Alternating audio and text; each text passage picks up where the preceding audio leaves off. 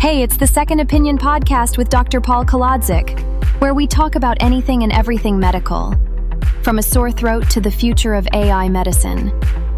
Dr. Paul is an ER doc and certified in addiction medicine and metabolic health, as well as a best-selling Amazon author. You can learn more about Dr. Paul at his website, drpaulkolodzik.com. Hey, Dr. Paul Kolodzik, welcome back. We haven't seen you for a couple weeks. Glad to be here, Terry. I'm glad that you're here. Back down in the basement. So we were just talking about Notre Dame coming up soon. You're very excited about the season. The first game is at Wisconsin at Lambeau Field, the Green Bay Packers Stadium. Yeah, I know Lambeau Field. Wisconsin's a tough team. Yeah, it'll be fun. I'm going up for it. You're going to Lambeau Field? Yeah. Are you driving? We're gonna drive. Yeah. It's about 12 hours. That's a bit wild. There's just no easy way to get there from here. From Dayton, you'd have to go through Chicago to Milwaukee. Maybe to Green Bay. There's no easy way. I'd get to spend 12 hours in the car with my lovely wife, which will be nice. Does she feel the same? She probably does not. Does not. And then I'll meet my son up there. Yeah. And, him and his wife, we're going to go actually a beautiful area north of Green Bay called Door County, out on the peninsula there in Wisconsin. All right. And we're going to enjoy that for a couple days, maybe go fishing for a few days. And we're excited because my son's wife is with child, and that's going to be the first grandchild. So we're really excited about that. Oh, your first grandchild. That's going to change you now. Are they in Milwaukee or are they in Chicago? They live in Chicago, yeah. It's not that. Chicago's 5 hours. I used to drive it all the time. Yeah, so yeah. You can get up there for, okay. Yeah. I thought... So go Irish. No, go Buckeyes. Before we get into the topics of medicine and things like that, you want to put any kind of prediction on the table? We're going to have a good season. So, I don't know. We play Miami again. So that's tough. That's a tough one. That's a tough one. We play Brigham Young, who always has a good team. Southern Methodist, SMU has good teams. So, but hopefully we'll get through all that and make the playoffs and not get snubbed like we did last year. Yeah, you're still bitter. Okay. Hey, so we're going to talk about something that's relevant to me, and I'm sharing this with the audience because I think they should know. I am a Taco Bell fan. Yes, we know where this is going. Here it comes. That's kind of what I said when it happens. Here it comes. So we would eat there. I eat there once a week. It's my treat. I go get a fruit. By the way, if you didn't know this, you can go to Taco Bell and get a senior drink, which is free. I get a bean burrito, and that's my lunch. And it's about $2.48 for my lunch on Saturdays. That's my treat in life. All right. I live only in this basement until I go out on Saturdays for Taco Bell. But I noticed back in mid-May, early June, I was starting to have some crazy symptoms. Yeah. And we all know what those symptoms are. Yeah, we don't need them described. You have an immediate urge to go to the bathroom. And by the way, I do want to apologize to the folks at Lowe's. Yeah. Well, why do you give us these visuals that none of us want? I'm trying to paint a picture. Okay. So what is going on with this, and will it eventually go away? Because I went to the doctor, described my symptoms, and they go, yeah, you could have it, but we need to run some tests. If this is a major news story every single night, just give me the prescription. Okay. So the bug is Cyclosporiasis. Okay, the condition is called Cyclosporiasis. Yeah. Okay, and it's a parasite, actually not a bacteria. So not a virus, not a bacteria, but a parasite. Well, what kills a parasite? Well, antibiotics at times can be effective against and anti-parasitic agents as well. Okay. So at any rate, this is generally a self-limited disease, and what that means is it goes away on its own with time. I actually reviewed a little bit about this before we got on. There's been up to 4,000 cases. I think 1,600 people have been significantly ill, had to go to the emergency department, or a few admitted, but no deaths. So, and deaths from this cause generally would be because of dehydration, because you can't stay up with the fluids. Oh man, I was on the 4th of July weekend, right? I was working outside for all these festival stuff, burning up, it was dehydrated. Hot. Yeah. Right. And then I had this other issue going along with that. So, So it's a process that's often what we call relapsing and remitting, which means, it'll go on for a while, get a little bit better, then recur, but generally resolves on its own within 6 weeks or so. Okay. and again, unless you're immunocompromised for some reason, in general, this should not cause a problem for you. But let's get to the issue of, should you be treated or not? Yes. So, and I've had a few patients in the emergency department with this complaint as well. Generally, they come in, we plug an IV in, give them a liter or two of fluids. Generally, it's a good idea to get a diagnosis before you treat. So the diagnosis in this case could be done from stool cultures. So you can have people, send their stool up to the lab. A lot of times people, they come in with diarrhea, but then the lab, this is strange, the lab doesn't want watery stool to do their tests. They don't want real hard stool. They want the Goldilocks stool, which they call form stool. So anyways, you can have people bring their stool back. But what if it's watery? What if that's all you got? Yeah, they say they can't. The lab rejects it.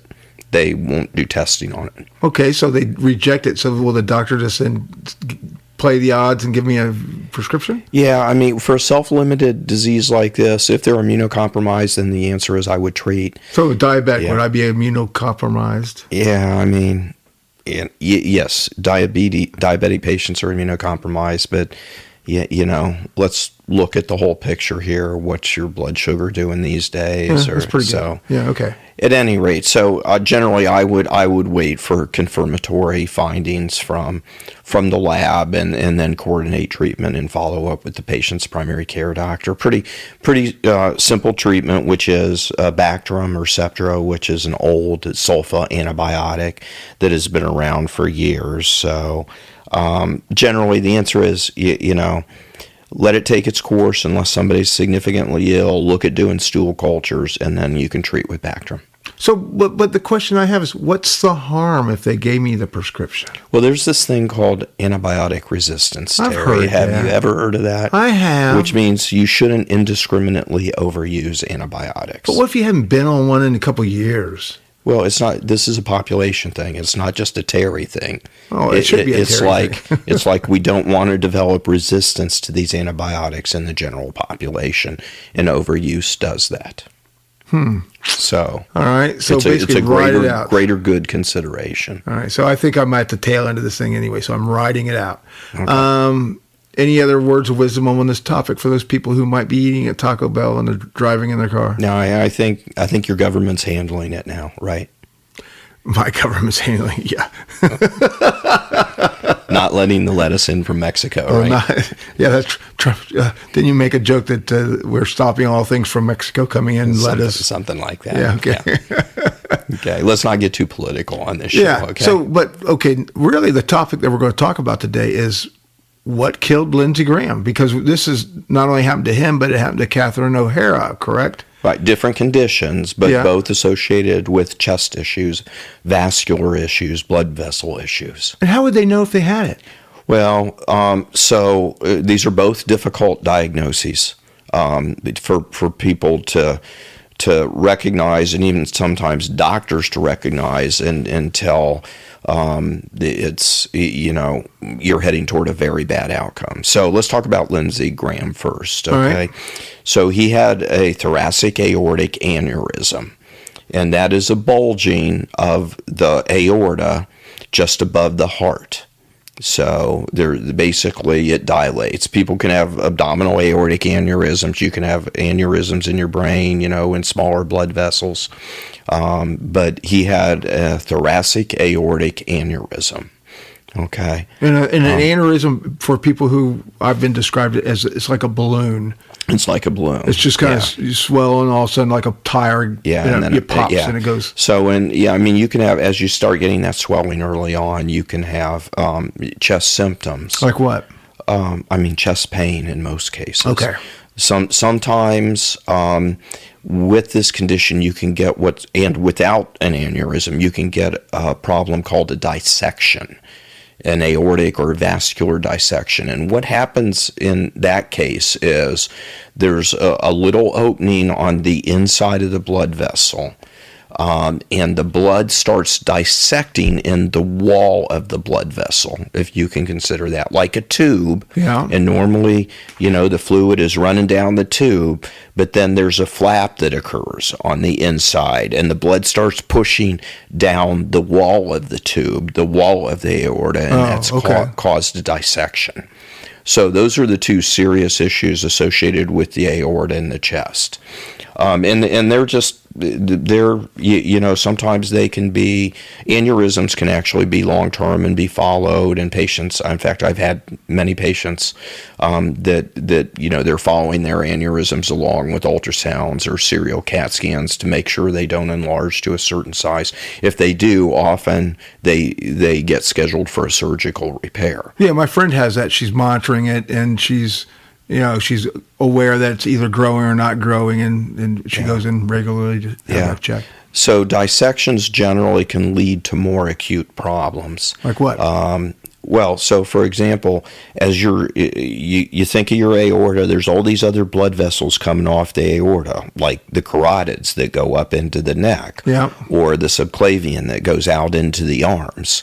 And that dissection actually can start occluding those branches. So including meaning not sending blood to them? Yeah. So in other words, the dissection occurs down the wall of the aorta, and now it blocks the blood going out to the arm, or it blocks the blood going up to the brain. So you can get neurological type symptoms with that as well. Any idea if you described what those symptoms would feel like or be like? What do you think they would be like? Yeah, it's just, the problem is that a lot of the symptoms related to a dissection don't occur until it's at a near catastrophic state, where that dissection is occurring and blood vessels are being shut off. And of course, obviously, if a blood vessel to your brain gets shut off, that results in immediate stroke symptoms. So dissections are tough.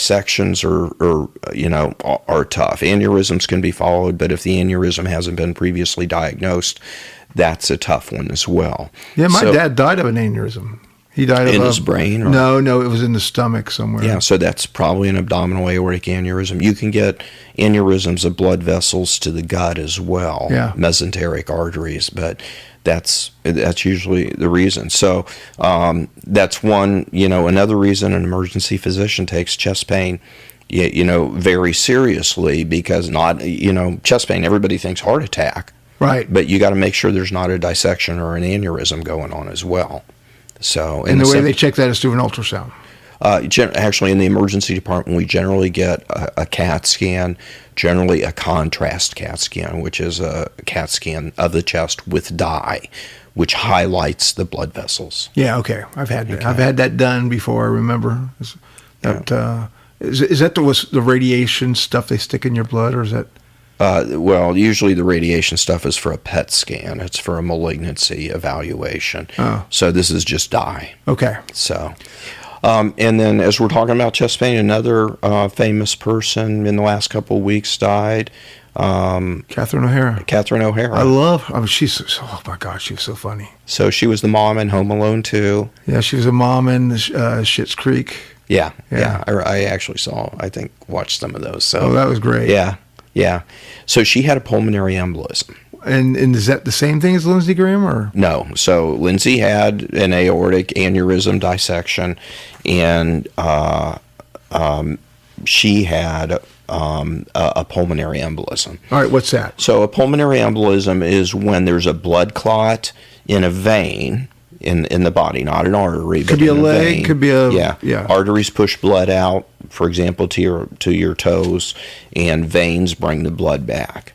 And then you get, you can get blood clots in the veins, which then break off and go through the right side of the heart and out into the lungs. And that's what a pulmonary embolism is, because this blood clot is embolizing from the legs out into the lungs. So you wouldn't think a little small blood clot that was started in your leg. Some of them aren't small, Terry. Really? Give me an idea of size. Well, I mean, there can be so the pulmonary artery. I would assume is maybe that goes out into the lungs is maybe a centimeter to a centimeter and a half wide, and you can have blood vessels that occlude, clots that occlude a good part of that. In fact, what you have is you have the blood vessel coming out of the heart into the lungs, and it starts bifurcating. It starts splitting, and then it splits again, and then it splits again. Yeah. Because you have to get down to a capillary level for the exchange of oxygen into the blood and the release of carbon dioxide into the blood. So there's this like tree type appearance to the blood vessels in your lungs going out into smaller and smaller branches. So you just said something that maybe I've never thought of. When the blood's going into the lungs are providing oxygen back to that blood, so it flows. Is that what's going on? Yeah. Never thought about it. I mean, that's how you get oxygen in your blood. That's how you get and get rid of carbon dioxide. And get rid of carbon dioxide. You get rid of carbon dioxide through the blood? So the tissues use oxygen and create carbon dioxide. And so the lungs exchange, release carbon dioxide and take in oxygen. So when I'm breathing in, I'm taking in oxygen. When I'm breathing out, I'm releasing carbon dioxide. Correct. Look at this. This is like 101 of and that's, basic, that's metabolism, this word metabolic that we've been talking about for years. That's really what it is.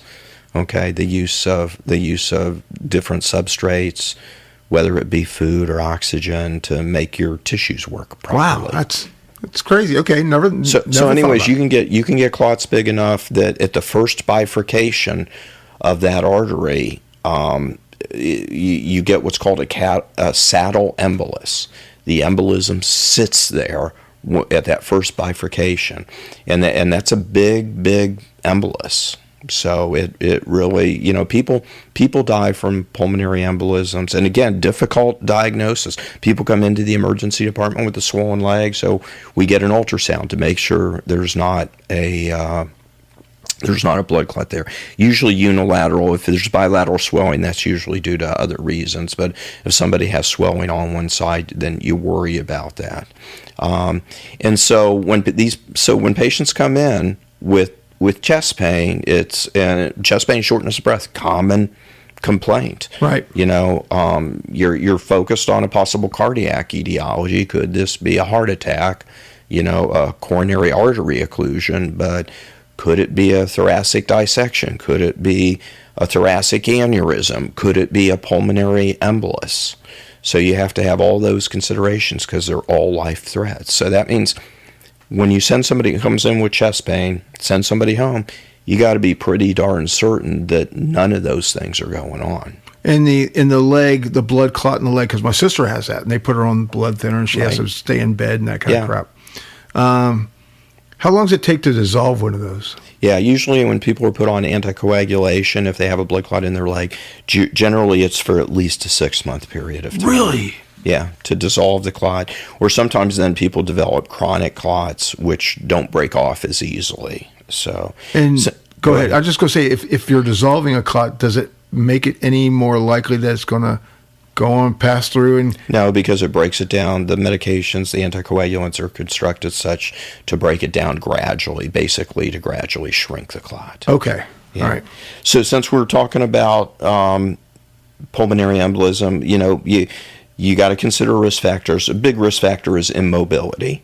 Okay, that you're just, you aren't moving around. Maybe you're bedridden for some reason. Right. And what comes up frequently is when people are aware of this, long distance travel. Sitting on a plane. Being on a plane for a long period of time, or even in a car for a long period of time. Recent surgery, especially in the lower extremity or the pelvic area, will also create an increased risk of pulmonary embolism. Cancers put you in a hypercoagulable state. Hypercoagulable. So just think coagulation. Coagulation is how the blood flows. Is it flowing smoothly or flowing? Yeah, or really, is it creating a gel-like substance? Is it basically creating a clot? See, in physics, I would have called that viscosity. Is that true? Yeah, it's related. Yeah. Yeah. See, I'm not as dumb as I look. Yeah. No comment. So cancers put you in a hypercoagulable state as well, and then there are actually some genetic conditions where people have certain blood clotting disorders that run in the family. Wow. Okay. So, and then the other things that you would think about routinely, which is obesity and smoking and increasing age. So yeah, increasing age I'm suffering from. Now, if I'm on blood thinners, does that kind of push back any risk? That certainly decreases the risk of a pulmonary embolism. Okay. Yeah.